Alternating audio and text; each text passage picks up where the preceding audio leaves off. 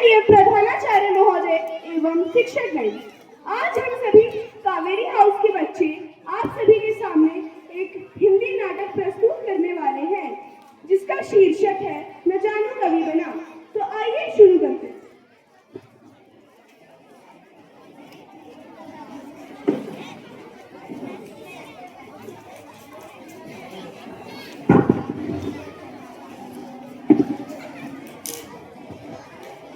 अरे ना जानू, यहाँ क्यों बैठे हो? आओ हम लोग नदी पहाड़ खेलेंगे। नहीं, तुम लोग खेलो। अच्छा, राजा का मुर्गा खेलोगे? नहीं, आप न जाने, मुझे तुम्हारे करने खेल नहीं खेलने। सारे बच्चे खेलने लगते हैं। न जानू छिपकर चुपचाप वहाँ बैठा रहता है, गुलदस्ता वहाँ आता है। न जानू, ओ न जानू, यहाँ चुपचाप क्यों बैठे हो? खेलोगे नहीं? नहीं, मेरा मन खेल में नहीं लगता। मैं एक बड़ा कलाकार बनना चाहता हूँ। अरे हाँ, तुम तो चित्रकारी सीख रहे थे ना? हाँ, लेकिन वह काम मुझे पसंद नहीं आया। क्यों क्यों?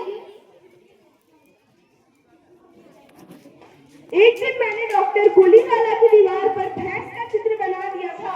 उन्होंने मेरी माँ से शिकायत कर दी। अच्छा, तो यह बात है। वैसे गुलदस्ता जी, आप कविताएं बहुत अच्छी लिख लेते हैं। क्या आप मुझे भी कविताएं रचना सिखा सकते हैं? मैं भी आपकी तरह कविता रचना सीखना चाहता हूँ। क्यों, सिखा तो सकता हूँ, अगर तुम्हारे अंदर कविता रचने की प्रतिभा हो तो। हाँ हाँ, क्यों नहीं, मैं तो बहुत प्रतिभाशाली हूँ। मुझे तुम्हारी प्रतिभा की परख करनी पड़ेगी। तुम जानते हो तुक क्या होती है? तुक? वो क्या होती है? मैं तो नहीं जानता। तुक उसे कहते हैं जब दो शब्दों का अंत एक तरह से होता है, जैसे चिड़िया, गुड़िया, घोड़ा, घोड़ा, समझे? हाँ, समझ गया। अच्छा, छड़ी की तुक बताओ। झाड़ी? यह कैसी तुक है? छड़ी, झाड़ी, इन शब्दों से तुक नहीं बनती। वाह, क्यों नहीं बनती? आखिर इन शब्दों का अर्थ तो एक ही तरह से होता है। मगर कविता रचने के लिए इतना ही काफी नहीं है। यह जरूरी हो कि शब्द एक ही तरह के हो, जैसे हिसाब, किताब, छड़ी, घड़ी। अच्छा, सोंटा शब्द की तुक बताओ। ठोंटा? ठूंटा? ऐसा तो कोई शब्द नहीं होता। अच्छा, तो और ठोंटा? तुम मुझे बुद्धू बना रहे हो, इस तरह का कोई शब्द नहीं होता।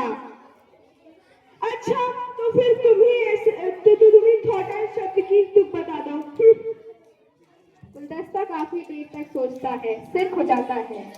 ठूंटा, उफ, इस शब्द को क्या हो गया? इस शब्द का तो कोई तुक ही नहीं। देखा, खुद ने ऐसा शब्द दिया जिसकी कोई तुक ही नहीं है, और मुझे कहते हैं कि मुझ में कविता लिखने की प्रतिभा नहीं है। अच्छा अच्छा है प्रतिभा, बस ऐसे ही शब्द चुनना जिसे सब समझते हो। अरे वाह, ये तो बहुत आसान है।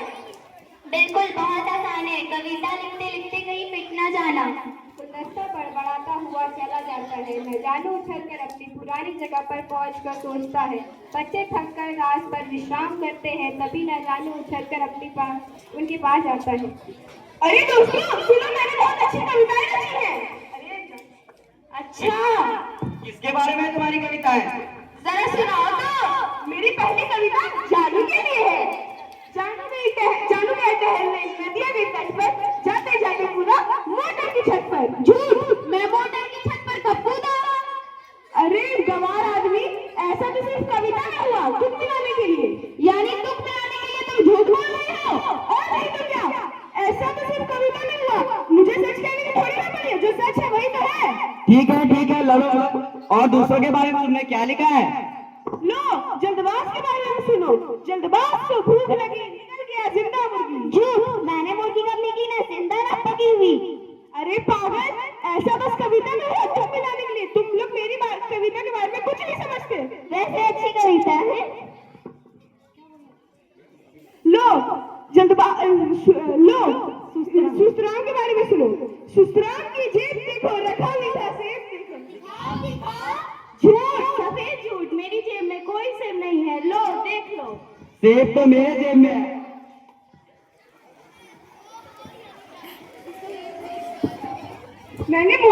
अरे ऐसा बस कविता में हुआ, तुम मिलाने के लिए। तुम लोग मेरी कविता के बारे में कुछ नहीं समझते।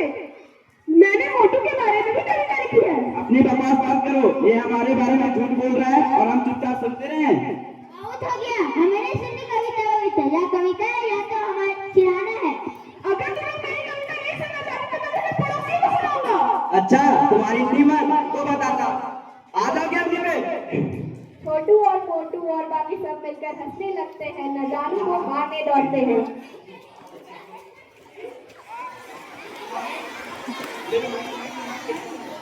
अरे तुम्हें वो अच्छा नहीं लगता तो मैं कविता नहीं पढ़ूंगा, लेकिन प्लीज तुम्हें मुझे मारो मत। तो लगाओ उठक बैठक। न जानू उठक बैठक लगाने लगता है। बोलो मैं अब कभी कविता कविता नहीं पढ़ूंगा। नहीं पढ़ूंगा। वैसे न जानू तुम अच्छी कविता बना लेते हो। अरे वाह, क्या तुम्हें मेरी कविता इतनी पसंद आई? हाँ, क्या तुम हमें भी कविता बनाना सिखाओगे? हाँ लेकिन उससे पहले तुम सभी को उठक बैठक लगानी होगी।